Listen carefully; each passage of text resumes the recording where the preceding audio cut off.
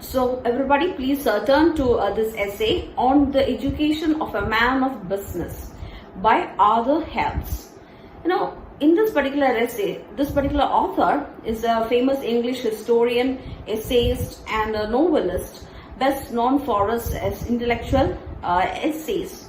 And this particular essay on the education of a man of business is taken from the collection Essays Written in the Intervals of Business in the year 1841. It was published during that period in the 1850s. So this particular essay is about, he talks about how a businessman should behave. The behavior of a businessman. He defines who a businessman is, the qualities that a businessman should possess, especially truth. And he talks about charity, the views of businessman on charity. And then he talks about the nature of a businessman, the temperament and the principles that the businessman should follow. Did you get it? These are the main points that we come across this essay. He gives a list of principles or certain things, the principles that should govern the life of a man of business. How he should behave in his business, how he should behave with other people, and so on. How to be and apart from having education. The education and other things, what are the things that you need in order to succeed in a business. So we'll read the essay. Please turn to that essay. The essential qualities for a man of business are of a moral nature. These are to be cultivated first. So apart from the education, so you are all Bcom students, right? Maybe one way or the other you may be involved in some business, maybe later on after finishing your PT or so, right? So this is the education that you get from the colleges, right? That is the education that you gain on business. But this author says, apart from this education that you get, there is something of moral nature that you need to know before you embark into this business thing.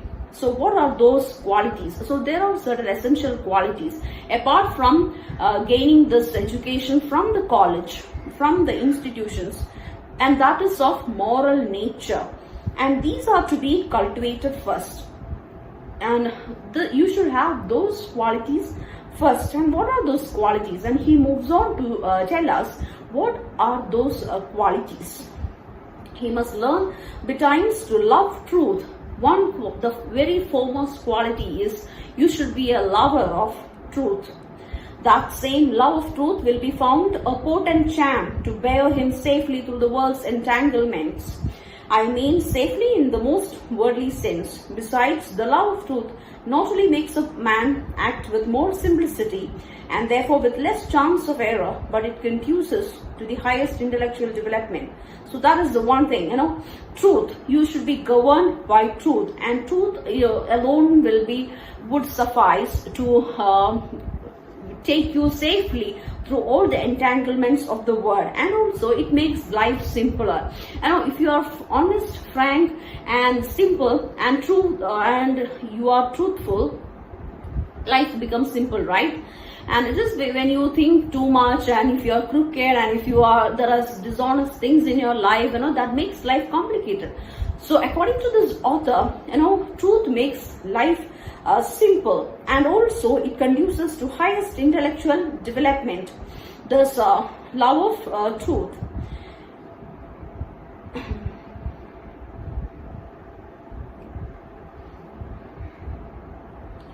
All right. So what has just been said of the love of truth applies also to other moral qualities also. So there are certain other qualities also which are related to this love of truth. Thus, charity enlightens the understanding quite as much as it purifies the heart. This is the second page. Yes? Yes. Yes. All right. And indeed, knowledge is not more girt but about with power than goodness is with wisdom.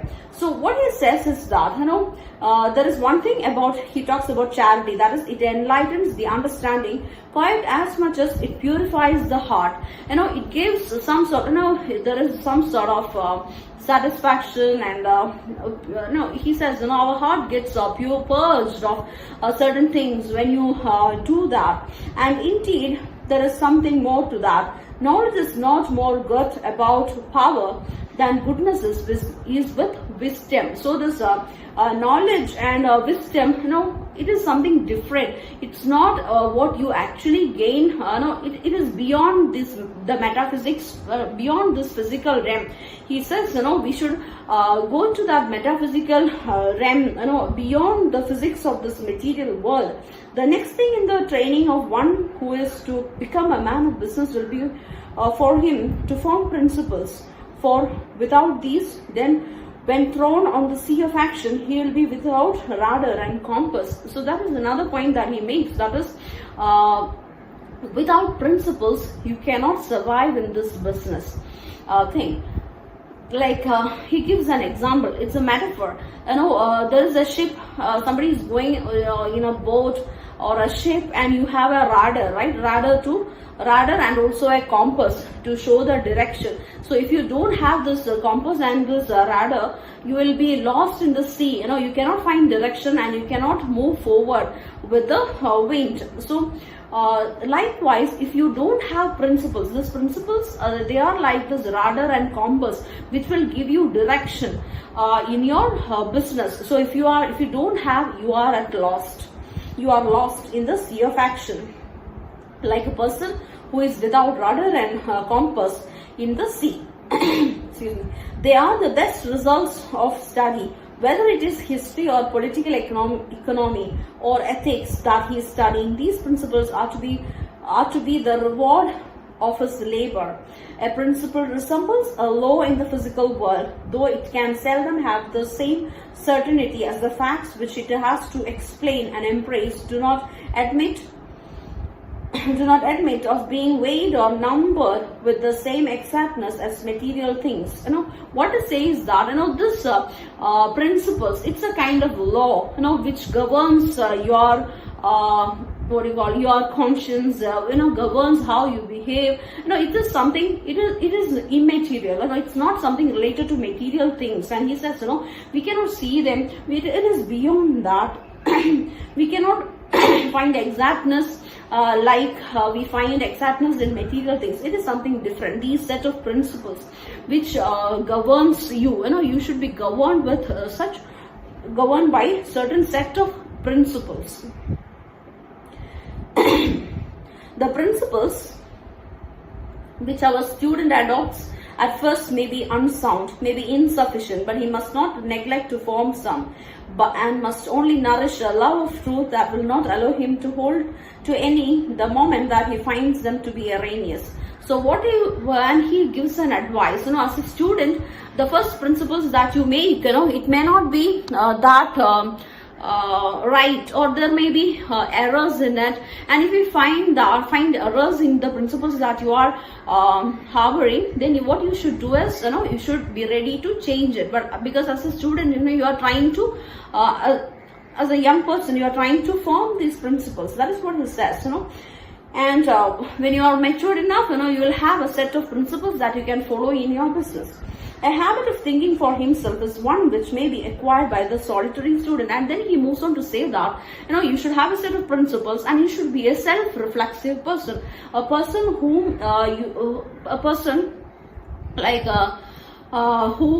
who is in the habit of reflecting on his own self, thinking about himself, being critical of his own actions. And he says, only a solitary student, a student or someone who is alone can do that. Alone can be self-reflexive.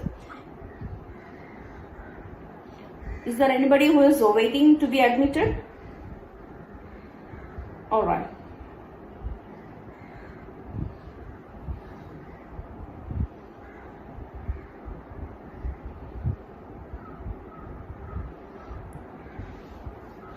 All right. a habit of thinking for himself is one which may be acquired by the solitary student, but the habit of deciding for himself, so indispensable to a man of business, is not to be gained by study. And this habit of self-reflection cannot be learned in a school or college. Decision is a thing that cannot fully exercised until it is actually wanted. You cannot play at deciding. It's about decision making. When you are making, you cannot play while making decisions. Once you have made a decision, it is final, and you must have realities to deal with. You cannot retract your decisions. And it is true that the formation of principles, which has been spoken of before, requires decision, but it is of that kind which depends upon deliberate judgment, whereas the decision which is wanted in the world's business must ever be within call and does not judge so much as it foresees and chooses. These are certain things that you have to keep in mind when you are deciding, or when you are supposed to make some decisions. You should foresee, and you should have the ability to choose one thing over the other, and all these things it needs this presence of mind. So you should be able to foresee things, and then this kind of decision is to be found in those who have been thrown early on their own resources, or who have been brought up in great freedom. So if you are controlled by someone, you are not free enough, or you are not given responsibilities, you cannot take decisions, or you cannot actually choose over something. You cannot foresee certain things. But if you have grown up with that great freedom to use your own resources and to handle it, then you will have the ability to make decisions, choose wisely, and to foresee things. And it would be difficult to lay down any course of study, not technical, that would be peculiarly fitted to form a man of business. He should be brought up in the habit of reasoning very closely. And moreover, in any course of study to be laid down for him, something like universality should be aimed at, which not only makes the mind agile, but gives variety of information. Something universal. You should have, you shouldn't be confined with very little things, but you should have variety of information. You should have a universal outlook, and moreover, such a system will make him acquainted with many modes of thought, with various classes of facts, and will enable him to understand men better. So when you think of that perspective, when you think in a larger context, put things in a larger context, then, and also you have that reach of those things, then you will understand men better. You will be able to assess the facts better.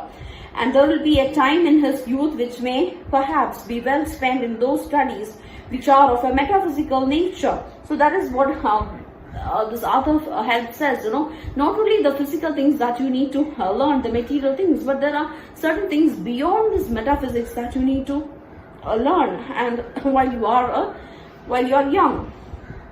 In the investigation of some of the great questions of philosophy, a breadth and tone may be given to a man's mode of thinking, which will afterwards be of a signal use to him in the business of everyday life. So this, like the learnings, like when he learns something beyond this material world, about the metaphysics, the philosophy behind things, that will actually help him in the business of everyday life, because those things, those metaphysical things help him to form certain principles which later on will govern how he does the business. We cannot enter here into a description of the technical studies for a man of business, but I may point out that, he is actually not talking about the technical education that a person should have in order to embark into a business, but of moral nature. But I may point out that there are works which soften the transition from the schools to the world, and which are particularly needed in a system of education like our own, consisting of studies for the most part remote from real life. So that is one point that he makes, the drawback of the current educational system, in the schools and colleges, what they learn is far remote from the real life, and when they embark into the real and embark into the world after the schools or college, that the rules and the things that govern the real world is entirely different, and they don't have much practical knowledge about these things while they are in schools and in colleges. And that is one drawback, because the most part it would be remote from real life. And these works are such as tend to give the student that interest in common things about him which he has scarcely ever been called upon to feel, and they show how imagination and philosophy can be woven into practical wisdom. So these are the things that should be given training at college level also before they embark into the business. How to use the philosophy and imagination and their own philosophy, and how they are born together to show practical wisdom in things. Such are the writings of Bacon. His lucid order, his grasp of subject, the comprehensiveness of his views, his knowledge of mankind, the greatest perhaps that has ever been distinctly given out by any uninspired man, the practical nature of his purposes, and his respect for anything of human interest render Bacon's works unrivaled in their fitness to form the best men for the conduct of highest affairs. And he then gives an example of the famous writer of essays, Francis Bacon, the father of English essays. So his essays are moral. His essays are actually bits of practical wisdom. So he says such essays or such an education or such things are needed before going to business, before embarking into the real life, before taking decisions in the real life. He must be taught to arrange and express what he knows. For this purpose, let him employ himself in making digests, arranging, classifying materials, writing narratives, and in deciding upon conflicting evidence. So these are the things, practical knowledge should be given.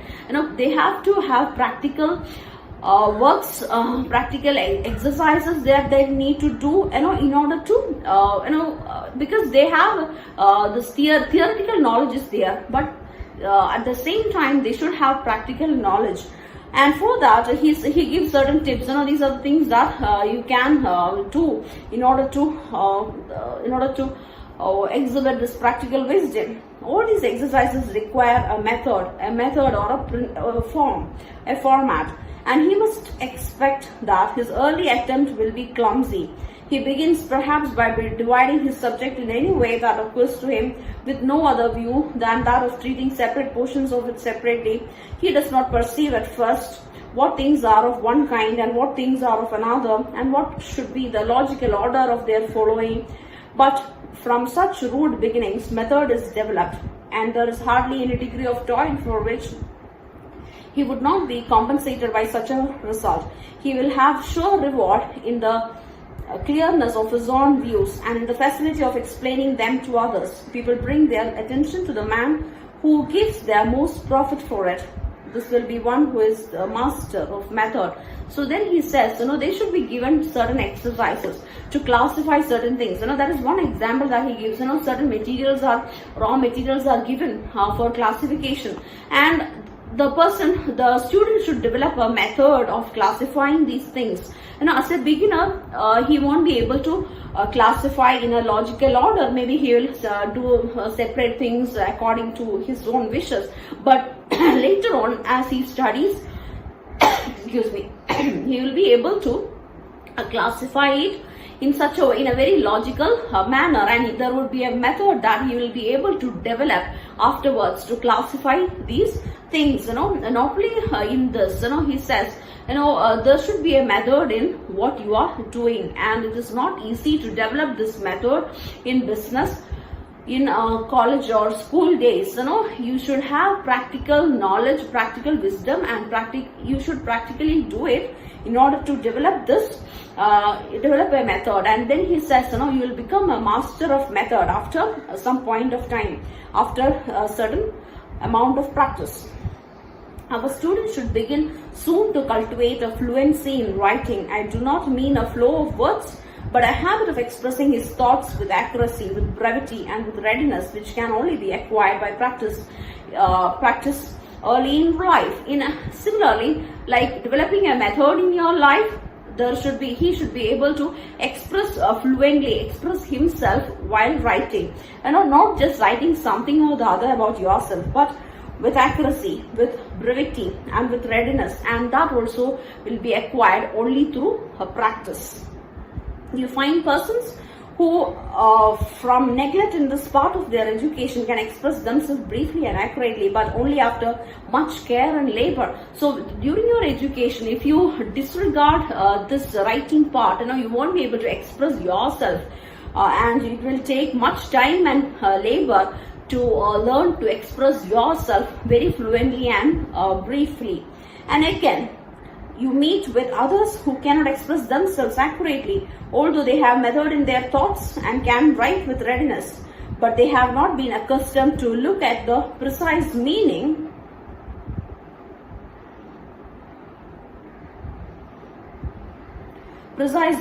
of the words, and such people are apt to fall into the common error of indulging in a great many words, as if it were of some sort of hope that some of them might be of purpose. That is another thing.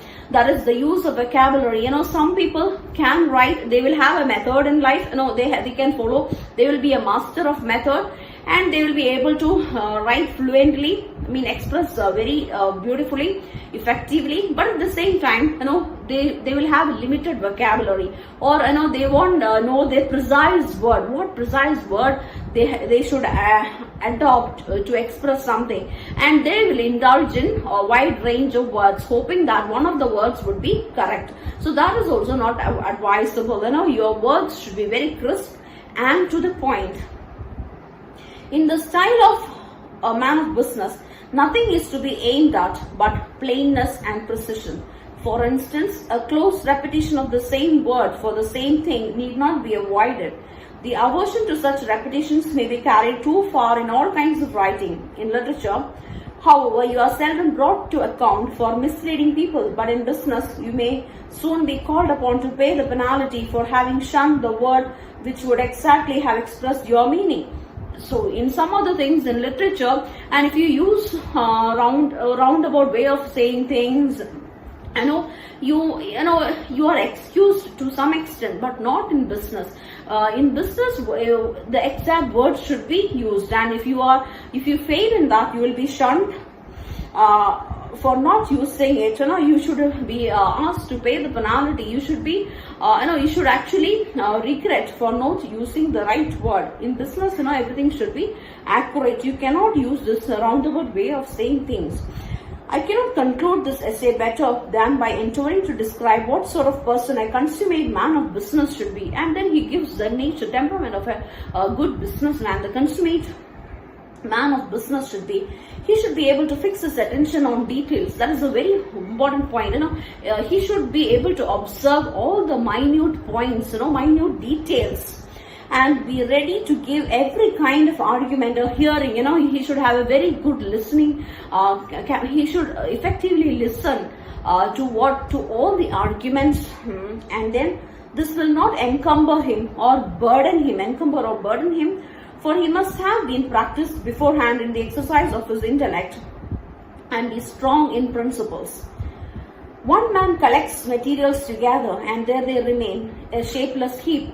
He gives another example. There is some sort of building materials or any materials, raw materials are given, and this man just make a heap and sits there. But if a man has a method and has practical wisdom, he can put it into different heads, he can classify it. Neither will possessed of method can arrange what he has collected. But such a man, as I would describe, by the aid of principles, if he has a method, he will be able to separate them into different heaps. But at the same time, if he also possesses certain principles, then he can build with these materials. That is how the business prospers. If you have the method and also the principles, then you will be able to